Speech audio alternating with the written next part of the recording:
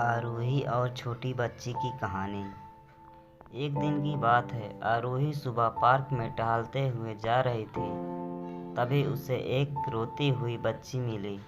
आरोही ने उससे रोने का कारण पूछा तो लड़की ने बताया कि वह जिस गुड़िया से खेल रही थी वह इसी पार्क में कहीं खो गई है। आरोही ने उस बच्ची को उसकी गुड़िया ढूंढ लाने का आश्वासन दिया, जिससे वह बच्ची चुप हो गई। आरोही ने गुड़िया ढूंढने के लिए समय मांगी और फिर दूसरे दिन गुड़िया लाने का वादा करके वहाँ से चली गई। पर गुड़िया न तो आरोही को मिली और न ही उस बच्ची को। आरोही ने गुड़िया की तरफ से एक काल्पनिक पत्र उस बच्ची को लिखी और जब वह बच्ची पार्क में गुड़िया पाने की आशा में आई तो आरोही ने वह पत्र उस बच्ची को पढ़कर सुनाया। पत्र इस प्रकार था, कृपया रोना मत, मैं समय समय पर उस गुड़िया के बारे में तुम्हें लिखती रहूँगी, बस तुम रोना मत। अब आरोही रोज उस खोई हुई गुड़िया की तरफ से काल्पनिक पत्र लिखने लगी और लगभग रोज ही उस बच्ची को पढ़कर सुनाती, जो कि यात्रा का काल्पनिक वर्णन किया हुआ करता था। आरोही ने इस काल्पनिक लेकिन रोचक वर्णन ने उस बच्ची को रोने नहीं दिया।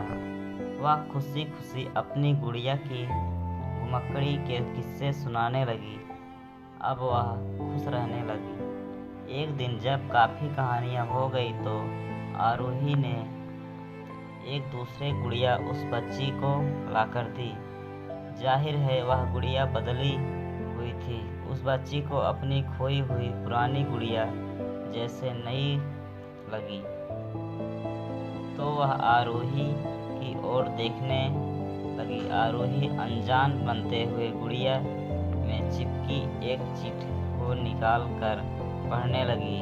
उसमें लिखा हुआ था, यह मैं ही हूँ, तुम्हारी वाली गुड़िया जो पार्क में खो गई थी।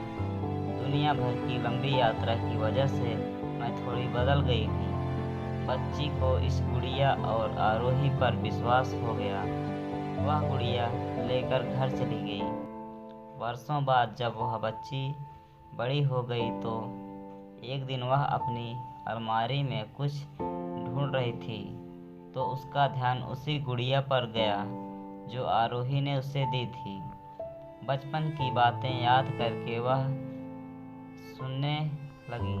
उससे सब समझना चुका था कि आरोही ने कैसे उसका मन रखा। उसे उस गुड़िया पर फिर प्यार आने लगा। वह उसे बड़े गौर से देखने लगी। तभी उसकी नज़र गुड़िया की फ्रॉक की आस्तीन में छुपे एक छोटे से पत्र पे गई।